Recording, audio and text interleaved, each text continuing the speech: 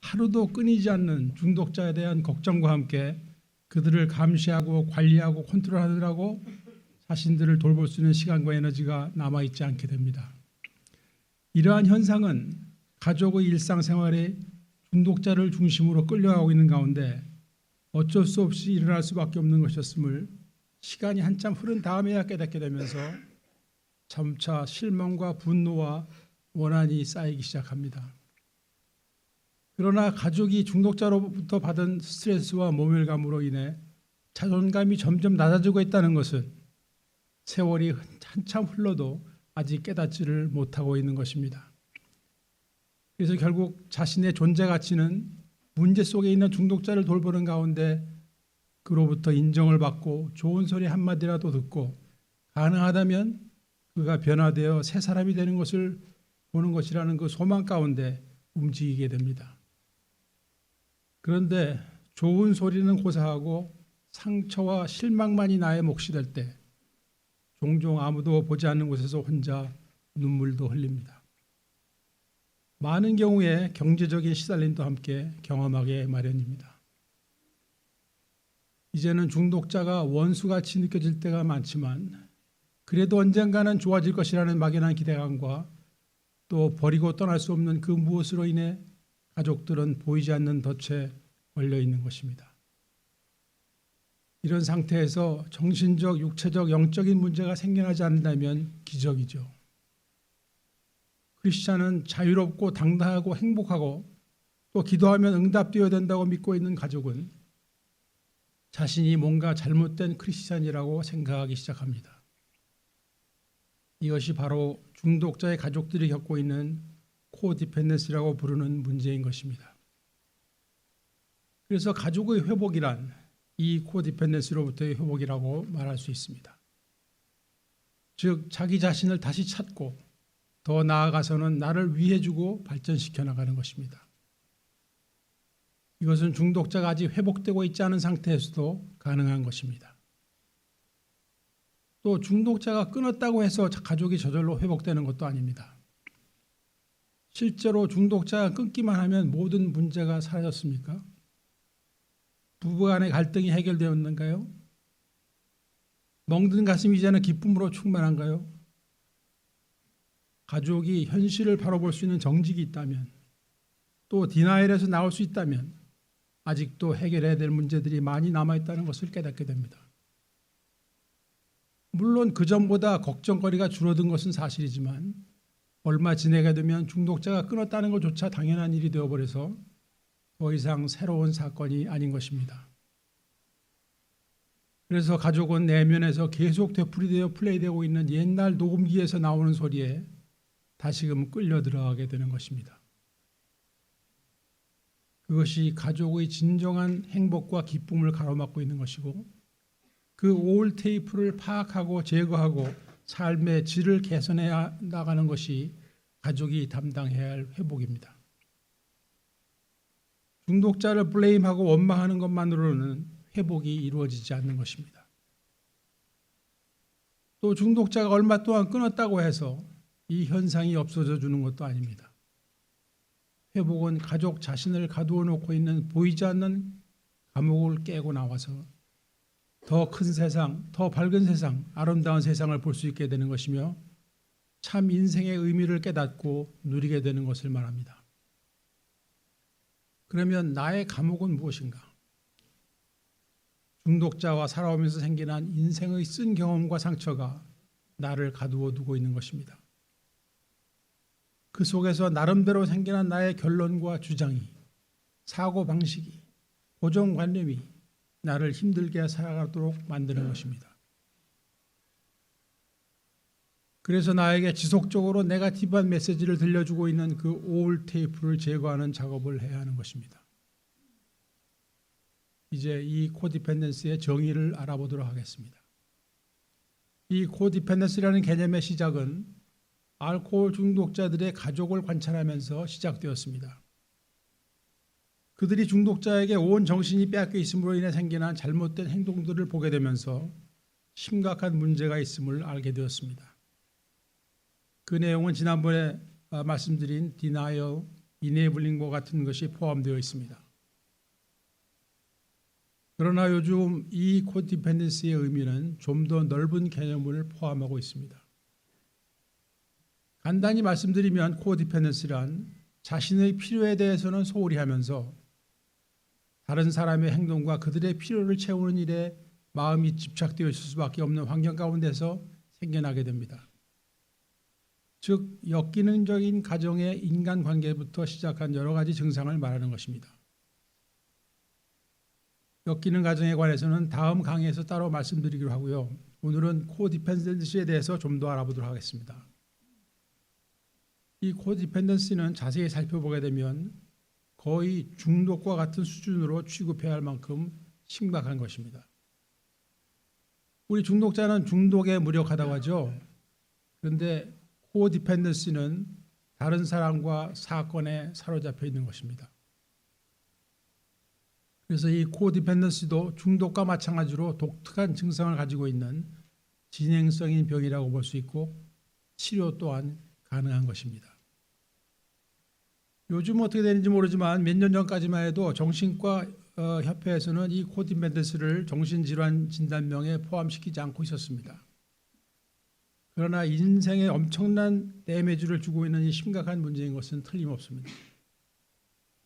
정신적, 감정적 이슈뿐만 아니라 조만간은 육체적 증상까지 나타나게 되어 있습니다. 만성 피로, 두통과 함께 스트레스에 관련된 질환, 즉 불면증, 위궤양, 고혈압, 대장염 같은 질병이 발생할 수가 있습니다. 더 나아가서는 가족이 중독자가 되는 경우도 있습니다. 그런데 왜 이렇게까지 되도록 방향 전환이 되고 있지 않는가? 코디펜던스는 관계 속에서 존재하고 있는 중독과도 같은 문제이기 때문입니다. 관계에는 나와의 관계가 있고 나와 다른 사람과의 관계가 있는데 이 코디펜던시 환자의 이 관계들 속에는 항상 두려움이 차지하고 있습니다. 무엇에 관한 두려움인가? 어떤 두려움인가? 첫째로 내가 처해 있는 현실을 있는 그대로 인정하기를 두려워하고 있습니다. 두 번째로 다른 사람에게 거절당하거나 버림받을 것에 대한 두려움이 있습니다. 그래서 다른 사람과의 관계를 지키기 위해 대신 나를 희생시키는 것입니다. 이런 종류의 희생은 물론 건강하지 않은 것이고 이런 상황에서는 피차가 만족스러운 인간관계를 맺는다는 것은 어려운 일일 수밖에 없습니다. 여러분, 피차가 만족스러운 인간관계가 건강한 관계입니다. 그러므로 진정한 자기의 모습을 알기를 두려워하면서 또 가족이나 다른 사람으로부터 거절당하고 버림받는 것을 두려워하여 역기능적인 관계에도 불구하고 그 자리에 머물러 있을 수밖에 없는 마치 중독과도 같은 것이다라는 말이 틀린 말이 아닌 것입니다. 이 사이클은 나의 존재 가치를 외부에서 찾는 것을 중단하게 될 때까지 계속될 수밖에 없습니다. 그리고 시간이 흐르면서 증상은 더욱 악화됩니다. 그리고 종국에는 나의 주변에 벽을 쌓았고 내가 익숙한 사람들만 내 삶 속에 들어오는 폐쇄적인 삶으로 변화되고 마는 것입니다. 이제 코디펜던스의 증상들을 말씀드리겠습니다. 그런데 앞으로 말씀드려야 할 모든 증상들을 다 가지고 있어야만 코디펜던스인 것은 아닙니다. 이 증상들의 20%만 가지고 있어도 코디펜던스로 보고 있습니다. 그리고 5% 내지 10%까지는 정상으로 보고 있습니다. 첫째로 낮은 자존감입니다. 코디펜던시 환자는 많은 경우에 그들 자신이 역기능 가정 출신들입니다. 그래서 자기 자신을 스스로 혹평하는 습관이 생겨나게 되고 나아가서 집안의 잘못된 문제를 모두 자기 탓이라고 생각하게 됩니다. 그러나 실제로 누가 자기의 잘못된 점을 지적하면 그것이 정당한 지적이라 할지라도 분노하며 방어적이 됩니다. 평상시 하는 보통 대화도 개인적인 공격으로 받아들이는 경우가 많습니다. 그리고 남들에게는 내가 괜찮은 사람으로 인정받기 위해서 애를 쓰는데 실제로 내면에는 나는 쓸모없는, 가치 없는 사람이라고 믿고 있는 경우가 많은 것입니다. 그래서 자신의 진정한 필요를 억누르며 살고 있으며 또 자신을 위하고 대접할 줄을 모르는 것입니다. 그래서 남들이 나를 칭찬할 때 그대로 잘 받을 줄을 모릅니다. 그러나 다른 사람들로부터의 칭찬이 없어지면 우울해집니다. 왜 그럴까요? 자신의 있는 그대로의 모습이 싫기 때문입니다. 그래서 그들은 평상시에도 긴장되어 있고 자신의 즐거움을 위해 투자할 줄을 모릅니다. 그러다가 더 나은 기분을 위해 밖으로부터 무엇인가를 구하게 되고 그것이 술, 마약, 담배, 도박 또는 일이 될 수가 있는데 그로 인해 드물게는 중독 증세까지 가기도 하는 것입니다. 나의 가치를 내 안에서 발견할 수가 없기 때문에 결국 그것을 밖에서 찾게 됨으로 인해 남을 돌보는 일에 사로잡히게 된다면 그것은 건강하지 않은 것입니다. 그런데 이러한 증상을 깨닫는 것은 진정한 나를 대면하고 알아보려는 노력이 없이는 발견되어지지 않습니다. 두 번째로 과도한 책임감입니다. 다른 사람의 인생과 문제를 내가 책임져야 한다고 느끼는 것입니다. 그래서 다른 사람들의 문제에 대해 불안해하고 죄책감까지도 느낍니다. 그러므로 어떻게 하든지 도와주지 않으면 안 되는 것입니다. 그러다 보니 하는 일이 많아지고 항상 바쁘고 스트레스를 많이 받게 됩니다. 그런데 주위 사람들이 무슨 문제가 있느냐, 도움이 필요하냐 물으면 아니라고 대답합니다. 그리고 나서는 왜 아무도 날 도와주지 않나 의아하게 생각합니다. 그런데 봉사나 일은 자기의 책임량보다 항상 더하고 있습니다. 왜냐? 내가 뭔가를 해야 할 것 같아서이기도 하지만 한편으로 남들에게 인정받고 싶은 마음도 있는 것입니다. 셋째로 의존증입니다. 이분들의 대부분은 자기 자신에게 만족하지를 못하는 경우가 많습니다. 그러므로 행복해지기가 힘든 것입니다. 그런데 누군가가 나의 행복과 나의 필요를 공급해 주기를 기대하는 마음이 있는 것입니다. 그리고 이분들은 자기 스스로를 사랑할 수 없으므로 대신 남이 나를 사랑해 주길 기대하면서 학대도 견디어내는 것입니다. 즉 관계가 끊어지지 않도록 무슨 일이든지 감수하는 건강하지 않은 인간관계를 맺고 있는 것입니다. 그와 함께 가슴속 깊은 곳으로부터 자신은 사랑받을 가치가 없다고 믿고 있습니다. 그러므로 자기 안에서는 스스로 해답이 나올 수 없는 상태가 코디펜던스입니다. 네 번째로 이분들은 우선 자기 자신을 믿지를 못합니다. 그래서 무슨 결정을 내리는 것이 매우 힘들고 그리고 자기가 내린 결정에 대한 확신이 없습니다.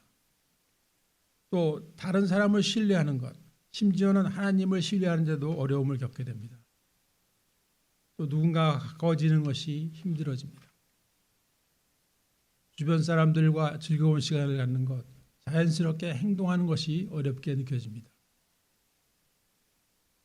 그러다가 어느 날 갑자기 전혀 믿음이 갈 수가 없는 어떤 사람에게 자기 자신을 맡겨버리기도 합니다. 그리고 현재 자기가 느끼고 있는 필링조차도 확실히 식별이 안 될 때가 있습니다. 울어야 할 때 웃고 웃어야 할 때 울게 되는 것입니다. 그들은 많은 상처를 끌어안고 살면서 스스로를 어쩔 수 없는 상태 속에서 만성적인 분노 가운데 있습니다. 다섯 번째로 controlling behavior입니다. 코디펜던시 환자들 중 많은 분들이 현재 진행되고 있는 일들을 그냥 앉아서 구경하고만 있는 것이 힘들게 느껴집니다. 그러니까 자신이 나서서 모든 교통 정리를 하기를 원합니다. 그런데 이분들은 과거에 자신이 전혀 컨트롤할 수 없는 환경 속에서 살아본 경험이 있는 분들입니다. 예를 들면 가족 가운데 중독자가 있었거나 자신이 학대를 받으며 살아온 경험 같은 것입니다. 그래서 지금은 자신이 모든 것을 컨트롤하려는 것이고 그것이 잘 안 될 때에는 환경에 의해 또 다른 사람들에 의해 자기가 컨트롤 당하고 있다고 생각하며 분노하게 되는 것입니다. 그래서 이분들은 자연히 변화를 싫어할 수밖에 없고 어쩔 수 없이 변화가 이루어질 수밖에 없는 경우라도 그것을 수용하는 데 어려움을 겪습니다. 여섯 번째, 의사소통의 기술이 부족합니다.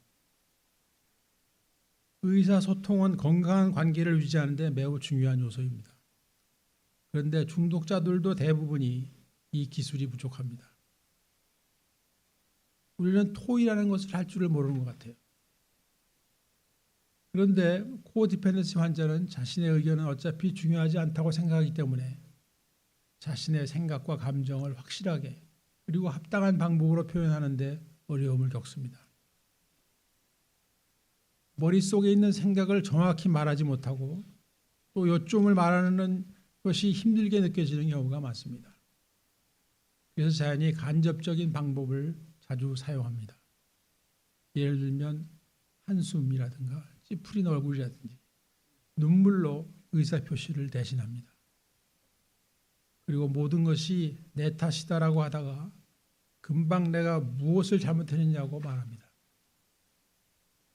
어쩌다가 자신의 의사를 확실하게 전달하기로 결정을 했을 때도 합당하게 표현하지 못하는 경우가 많습니다. 예를 들면 애걸, 충고, 강요, 협박, 분노로 의사표시를 대신합니다. 일곱 번째로 자신의 삶의 경계선이 애매합니다. 사람들은 모두 하나의 인격체로서 침범되기를 원하지 않는 삶의 경계선이 있게 마련입니다. 가장 가까운 사이라고 할 수 있는 가족들 사이에도 이것은 존중되어야 하는 것입니다. 그런데 이분들은 항상 다른 사람이 자신의 경계선을 침범하는 것을 용납하지 않을 것이라고 생각하고 또 말도 그렇게 하지만 실제로는 남들이 자기를 지속적으로 상처 주고 해치도록 허용하고 있습니다. 그리고 이 건강하지 못한 관계에서 나오지를 못합니다. 이 나온다라는 말은 이혼하라는 이야기가 아닙니다. 중독자가 스스로 회복을 선택할 수 없는 상태라 하더라도 가족이라도 정신을 차리고 자신을 점검해보고 도움을 청하고 해결책을 마련해서 자신의 영적, 정신적, 육체적인 건강을 되찾아야 할 그 책임이 가족에게 있다는 말씀입니다. 그리고 그것은 가능한 것입니다. 코디펜던스도 중독과 같이 진행적인 문제입니다. 도움을 받지 않고 있을 때 점점 심각해지는 것입니다. 그래서 종국에는 우울증에 빠지고 육신도 완전히 지쳐서 대부분의 관계들로부터 고립되고 말입니다. 나중에는 매일매일 해오던 보통 일들까지도 게을리하게 되고 자기가 돌보아야 하는 사람들과 자녀들까지도 소홀히 하게 됩니다. 더 나아가서는 그들을 학대하는 일까지도 벌어지게 됩니다. 그리고 이 절망 상태에서 탈출을 시도해 보기도 합니다. 그러나 그 어느 것도 장기적인 도움을 주지 못하는 것입니다. 그러다 보면 육신과 정신의 질병 또는 중독 증세를 얻게 되는 경우가 있고 때로는 폭력적이 되기도 합니다. 신앙을 버리는 일도 생깁니다. 심지어는 자살까지도 선택의 대상이 되어버립니다. 이것은 말기에 일어나는 증상들입니다. 그러나 이와 같은 암담한 삶이 현실이 되어 있는 가정이 너무나도 많은 것입니다. 조만간 이 문제의 치유에 관한 말씀을 드릴 기회를 갖도록 하겠습니다. 마지막으로 나는 코디펜던스의 문제를 가지고 있는가 20가지 질문을 읽으면서 오늘 강의를 마치도록 하겠습니다. 당신은 언쟁을 피하기 위해 침묵을 선택합니까? 다른 사람들이 당신에 대해 어떤 평가를 내리는지 항상 중요하게 생각합니까? 중독자와 함께 생활하신 적이 있습니까? 구타와 경멸을 당하는 가정에서 생활하신 적이 있습니까? 다른 사람의 의견이 당신의 것보다 더 중요한 것 같이 행동하십니까? 직장이나 가정에서 일어나는 변화를 수용하는 데 어려움을 느낍니까? 나에게 중요한 사람이 다른 친구들과 시간을 보내고 있을 때 거절감을 느낍니까? 당신의 장래 희망을 이룰 수 있는 능력에 대해 미심쩍어합니까? 당신의 실제 느낌을 다른 사람들에게 표현하는 데 불편함을 느낍니까? 나는 어딘가 모자란 사람이라고 느낀 적이 있습니까? 잘못을 저지르고 나서 나는 나쁜 사람이라고 생각해 본 적이 있습니까? 칭찬이나 선물을 받는 것이 힘들게 불편하게 느껴집니까? 당신의 자녀나 배우자가 실수를 할 때 수치심을 느끼십니까? 당신 삶 속에 어떤 사람은 당신의 지속적인 노력이 없다면 망할 것이라고 생각합니까? 당신은 자주 누군가가 당신의 일을 완수할 수 있도록 도와주면 좋겠다고 생각하십니까? 권위 인물, 그러니까 직장 상사나 경찰관 등과 이야기하는 것이 불편합니까? 내가 누구인지, 내 인생이 어디로 가고 있는지 혼동이 됩니까? 누가 부탁을 해올 때 거절하는데 어려움을 겪습니까? 누구에게 도움을 청하는 것이 힘들게 느껴집니까? 한꺼번에 너무 많은 일들이 벌어지고 있어 어느 것도 제대로 처리할 수가 없습니까? 예, 오늘 강의 여기서 마치겠습니다. 감사합니다.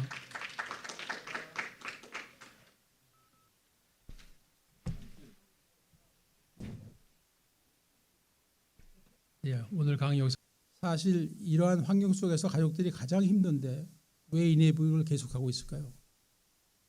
첫째로 내가 중독자를 실제로 도와주고 있다는 착각 속에서 이네이블링을 합니다. 두 번째로 언젠가는 좋아질 것이다 하는 막연한 기대 속에 그때까지만 참자 하는 계획입니다.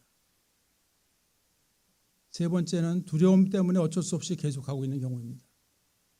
내가 이런 일을 그만둔다면 정말 망가질 것이다. 만약 이런 일들을 내가 그만둘 경우에 나를 어떤 사람으로 볼 것인가? 인정 없는 사람, 더 이상 상관하지 않는 사람으로 보지 않겠는가? 그리고 중독자는 나에게 어떤 반응을 보일 것인가? 중독자가 분노와 파괴적인 반응을 보이는 것에 대해 또는 관계가 악화되거나 끊어질 것이라는 두려움 때문에 노를 해야 될 때 노를 하지 못하는 것입니다. 그리고 네 번째로 가족 중에 많은 분들이 코디펜던스라는 증후군을 가지고 있습니다. 이것은 나중에 따로 자세히 말씀드리기로 하고요. 다음은 이네이블링을 어떻게 멈추는가에 대해서 말씀드리겠습니다. 이네이블링은 중독자 생활을 계속하도록 도와주는 결과를 낳는다고 말씀드렸습니다. 그렇다면 가족이 무엇을 어떻게 하는 것이 중독자를 정말로 돕는 것이 되는가? 그것은 그들이 중독에 의한 고통을 겪도록 때로는 바닥을 경험하도록 도와주는 것이 돕는 것입니다. 우리가 그들을 설득하려는 것은 대개 효과가 없습니다. 협박하는 것도 소용이 없어요. 애걸하는 것도 소용이 없습니다. 중독자를 돕는 길은 그들 자신이 처해 있는 차가운 현실을 바라보고 인정하게 됨으로써 변화의 길을 선택할 수밖에 없게 되는 것을 기대하는 편이 훨씬 나은 것입니다. 그러기 위해서는 첫째로 그들이 중독의 후유증을 경험하게 하십시오. 중독에 연관된 사건으로 제일에 가거든 매일 내고 꺼내주지 마십시오. 기록은 어차피 남게 됩니다. 그러나 베일을 내고 꺼내주면 레슨을 배울 기회를 잃어버리는 것입니다. 제일은 중독의 후유증 중에 하나이고 그것을 통해서 배울 수 있는 기회를 빼앗지 마시기 바랍니다. 제일에 벌써 갔다 왔는데 변한 것이 없어요 라고 말씀하시는 분들도 계십니다. 만약에 제일에 한 번 가고 정신 차려서 새 사람이 됐다면 그 사람은 아직 중독자가 아닐 확률이 아주 높습니다. 중독자는 사람마다 다르지만 보통은 몇 차례의 레슨을 반복해야 정신이 들고 이제는 뭔가 다른 것을 시도해보겠다는 생각이 들게 되는데 그때가 되어서야 회복의 길을 본인 스스로가 선택할 수 있는 것입니다.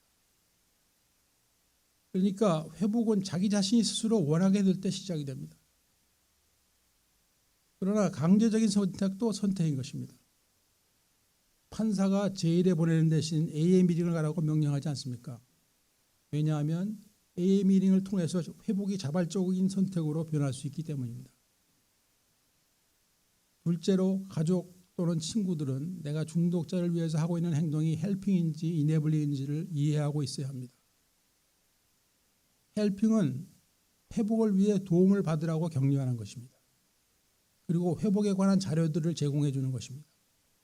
서적이라든지 팜플렛, CD, DVD 같은 것을 말합니다. 그리고 치료소에 들어가라고 권유하는 것입니다. 회복 모임에 라이드를 해주는 것입니다. 반면에 이네블링의 대부분은 금전적인 경우가 많습니다. 만약에 도박 자금이나 마약값, 술값이 아닌 경우라면 도와줘도 되는가 하는 질문을 받습니다. 대개는 노입니다. 배고픈 사람 식당에 같이 가서 식사를 대접하는 것은 좋습니다. 그러나 돈으로 주는 것은 좋은 방법이 아닌 것입니다. 이것은 미국 커뮤니티에서 회복을 잘 아는 사람들이 선택하는 방법이에요. 중독자에게는 중독에 의한 자연적인 결과를 경험하도록 해주는 것이 도와주는 것입니다. 그래서 초반전의 헬핑은 돈을 주거나 빌페이를 해주는 것이 아니라 손을 떼는 것이 도와주는 것이 되는 것입니다. 굉장히 서운한 표정들 짓는 분이 계신데, 그리고 회복에 관한 정보를 제공해주고 격려를 해주는 것입니다. 회복 모임이나 교회에 라이드를 주는 것입니다. 그리고 그 외에는 중독자와 거래를 하지 않는 것입니다. 예를 들어서 오늘 100불을 나한테 주면 내일 감사의 집에 들어가겠다 그런 말을 하면, 내일 감사의 집에 들어갈 때 내가 라이드를 해주고 100불은 용돈으로 매니저에게 맡겨두겠다 하는 것이 헬핑이에요. 세 번째로 가족은 디태치먼트, 초연을 배우고 연습해야 합니다. 다음번 강의할 때 좀 더 자세히 다룰 테니까 간단히 요점만 말씀드리겠어요. 가족은 가까이서 보고 지내는 중독자를 올바로 대하는 연습을 해야 하는 것입니다. 무슨 이야기냐? 중독이라는 병은 미워하되 그 병을 가진 사람은 사랑하자. 갈수록 이해가 잘 안 되는데, 중독자들의 말도 안 되는 행동들은 병으로 보고 그것들로 인해 가족으로서의 의견은 말하되 격렬한 반응은 보이지 않는 것입니다. 중독자가 가족의 격렬한 반응을 보게 되면 자신의 모습은 깨닫지도 못하고 오히려 가족의 반응에 대해서 트집을 잡는 상태로 들어가기 때문입니다. 그리고 기타 이네블링을 중단하는 것입니다. 초연이란 결코 쉬운 일은 아닙니다. 이것은 어떻게 보면 서로 거리를 두고 지내는 것 같이 보입니다. 그러나 이것이 쌍방이 사는 길인 것입니다. 중독자를 사랑하기 때문에 그에게도 회복의 기회가 오도록 기다리는 것이요. 그리고 가족은 매일매일 중독자가 연주하는 음악에 맞추어서 억지로 춤을 추며 끌려다니지 말고 자신의 영역을 지키며 제정신으로 살아갈 수 있게 되기 때문입니다. 마지막으로 가족도 도움을 받으십시오. 가족 모임, 신앙생활, 카운슬링을 통해 내 자신이 영육간에 강건해져야 살아남습니다. 가족의 자존감이 높아짐으로써 이네블링하는 대신에 필요할 때 자신의 의사를 확실하게 표시할 수 있는 가치 있는 사람임을 알아야 합니다. 가족은 자신이 케어를 하지 않으면 대신 해줄 사람이 없는 것입니다. 마지막으로 나는 이네이블러인가 하는 질문들을 읽어나가면서 나에게 해당 사항이 있는지를 확인해 보시기를 바랍니다. 나는 이네이블러인가? 중독자를 대신하여 변명이나 거짓말을 해주고 있는가? 그가 해야 할 일을 대신 해주었는가? 잘못된 곳에 쓰는 줄 알면서도 돈을 계속 주어왔는가? 빚을 대신 갚아주었는가? 베일이나 변호사 비용을 계속 내어주었는가? 한 번만 더 도와준다를 계속하고 있는가? 그를 떠나겠다고 말만 해왔는가? 상대방의 반응이 두려워 대화를 시작하지 못하는가? 무엇이 잘못되면 내 잘못이라고 생각하는가? 너무 걱정을 많이 하고 잔소리가 많다는 소리를 듣는가? 다른 사람들이 나의 수고를 인정해 주지 않는다고 생각하는가? 중독자가 다른 종류의 중독 행위를 하는 것을 허용하고 있는가? 오늘 강의는 여기서 마치겠습니다. 감사합니다.